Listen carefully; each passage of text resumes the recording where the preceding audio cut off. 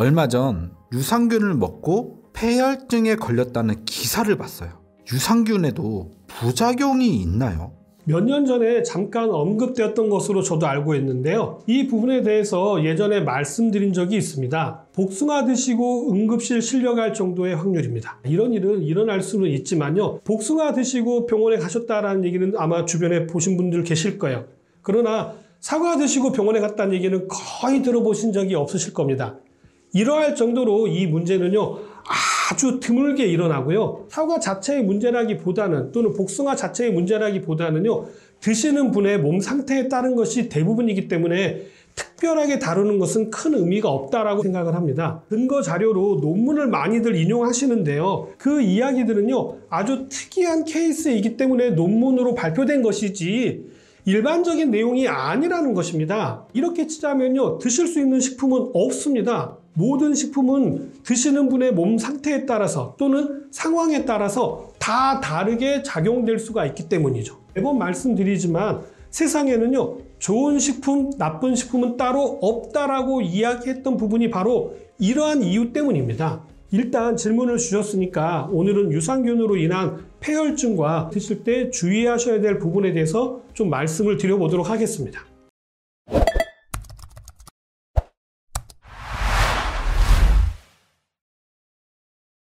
먼저 유산균이 왜 맞지 않는지를 알고 가셔야 합니다. 앞에서 말씀드린 대로요, 사과를 드시고 응급실에 실려갈 확률로 아주 낮은 일이지만 유산균이라든지 아니면 그 제품에 들어있는 특정 성분에 대한 알러지 반응 때문입니다. 알러지 반응의 경우에는요, 거의 대부분의 식품에서 발생할 수가 있기 때문에요, 본인이 잘 인지하고 있는 것이 가장 중요하고요. 알러지 반응이 있는 식품들은 피하시는 것이 가장 안전한 방법입니다. 다음으로는 드시고 있는 다른 약물과의 상호작용에 의한 경우도 있고요. 특정 질환이 있는 경우에도 일어날 수는 있습니다. 면역력이 떨어지거나 예민해진 상태일 때도 일어날 수가 있고요. 류마티즘 질환이 있거나 항암 치료를 하는 중에도 나타날 수는 있습니다. 이런 거 말고도요, 한꺼번에 과도하게 유산균 숫자가 많은 제품을 드시는 것도 주의가 필요한 부분입니다. 처음에는 유산균 수가 적은 것부터 드시다가요, 점진적으로 양이 늘어가야 되지 처음부터 양이 많은 유산균 수를 드시는 것을 피하시는 것이 좋다고 말씀드리는 것이죠. 폐혈증에 대한 이야기도 하셨는데요. 폐혈증에 대해서 말씀을 좀 드리자면요, 바이러스나 박테리아 감염에 의해 가지고요,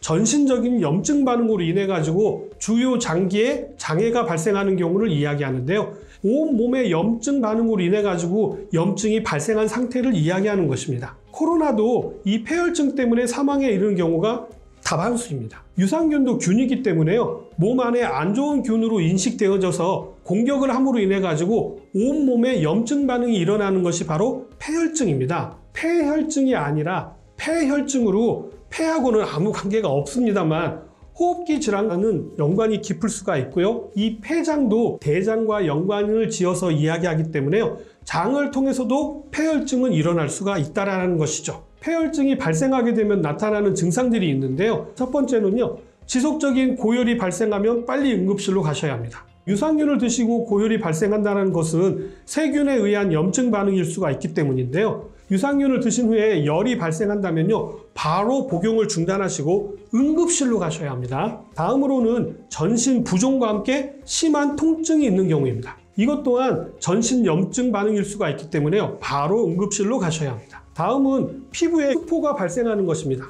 수포는 단순한 알러지 반응이 아니기 때문에 심각한 알러지 반응이라든지 염증 반응에 의해서 나타나기 때문에요, 이것 또한 빨리 응급실로 가셔야 합니다. 당연한 이야기이지만요, 드시는 유산균은 중단하셔야 합니다. 다음 네 번째로는요, 부정맥이라든지 아니면 과호흡이 오게 되면요, 응급실로 가셔야 합니다. 폐혈증의 전형적인 증상 중에 하나로요, 발열과 함께 부정맥이라든지 과호흡이 발생되어지게 되는데요, 이때도 빨리 응급실로 가셔야 합니다. 이 밖에도 발열과 함께 말이 꼬인다든지 발음이 정확하지 않게 나타나는 증상이 나타난다면요, 복용을 중단하시고 바로 응급실로 가셔야 합니다. 이뿐만 아니라 혈압이 급격히 떨어지기도 하는데요, 심한 발열과 함께 일어나기도 하고요, 누워있다가 일어나지도 못할 정도의 어지러움이 발생되기도 하고요, 몸에 힘이 쫙 빠지는 경우도 폐혈증 증상 중에 하나입니다. 더 심한 경우에는 구역이라든지 아니면 구토가 나는 경우도 폐혈증을 의심해 보셔야 하고요, 집중력이 떨어지거나 전보다 살이 찌고 기존의 음식에 대한 부적응이 나타난다고 할 경우에도 참고하시기 바랍니다. 증상으로만 보면 매우 심각한 것처럼 이야기할 수 있습니다만 앞에서 말씀드렸던 것처럼 너무 걱정하지는 않으셔도 됩니다만 정말 혹시라도 일어난다면 빨리 응급실에 가시기 바랍니다. 이런 심각한 증상이 아니더라도 혹시 주의해야 되는 부분이 있나요? 그리고 이런 증상이 일어나지 않게 하려면 어떻게 해야 할까요? 다음과 같은 증상이 있을 때도 드시는 것들을 중단하시고 주의를 좀 하셔야 되는데요. 일주일 이상 알러지 증상이 지속되는 경우가 있다면 주의가 필요합니다. 알러지 반응은요, 즉각적인 반응이 나타나게 되는데요. 유산균을 드신 지 한 2-3시간이 지난 후에 바로 증상이 나타나게 되는데 약한 경우에는 일시적으로 나타났다가 사라지기도 합니다. 그러나 일주일 이상 지속된다고 한다면 즉시 섭취를 중단하셔야 하는데요. 지속적인 알러지 반응을 방치하시게 되면 증상이 더 악화될 수도 있고요. 기도 부위가 부어가지고 호흡곤란이 발생할 수도 있기 때문에 주의가 필요합니다. 다음으로는 보통 유산균을 처음 드신다거나 아니면 새로운 유산균을 드시게 되면요, 흔하게 변비나 설사 등의 증상들이 발생하기도 합니다. 경미하게 발생을 한다거나 적응 기간이 좀 지나면 바로 사라지게 되는데요. 심한 장 트러블이 나타나거나 변비 설사가 장기간 발생한다고 한다면요, 드시는 유산균 복용을 중단하셔야 합니다. 지속적인 두통이 발생하는 경우도 있는데요. 보통 영양제를 섭취하고 발생하는 두통은요, 과민 반응의 일종이라든지 아니면 폐혈증의 신호로도 볼 수가 있는데요.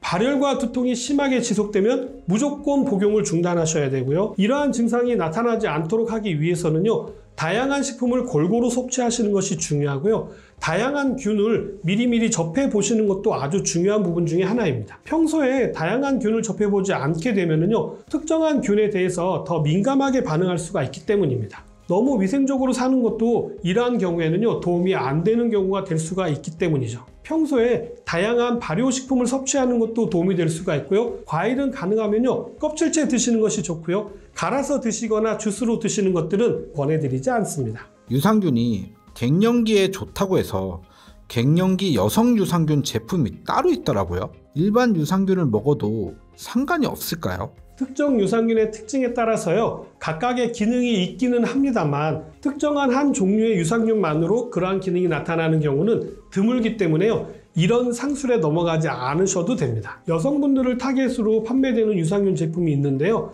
결국 이거 드신다고 해서 진로 유산균이 바로 가는 것이 아니라요, 장을 통해서 그리고 항문을 통해서 배출되는 유산균의 일부가 질로 이동되는 것입니다. 또 질문이 있습니다. 유산균을 여러 회사 제품들을 섞어 먹어도 효과가 있나요? 들어가는 균 종류가 다르던데 여러 회사 제품을 같이 먹으면 더 좋은 효과를 볼 수 있지 않을까요? 다양한 유산균을 접하는 것이 좋다라고 생각합니다. 그런 의미에서 한 제품을 오래 드시기보다는요, 한 달씩 바꿔가면서 드시는 것들을 추천드립니다. 본인에게 맞는 유산균을 찾는 것이 아주 중요하기 때문에요, 다양한 유산균을 접해보시라고 말씀드리는 것입니다. 가장 많이 이야기하는 질문 중에 하나인데요.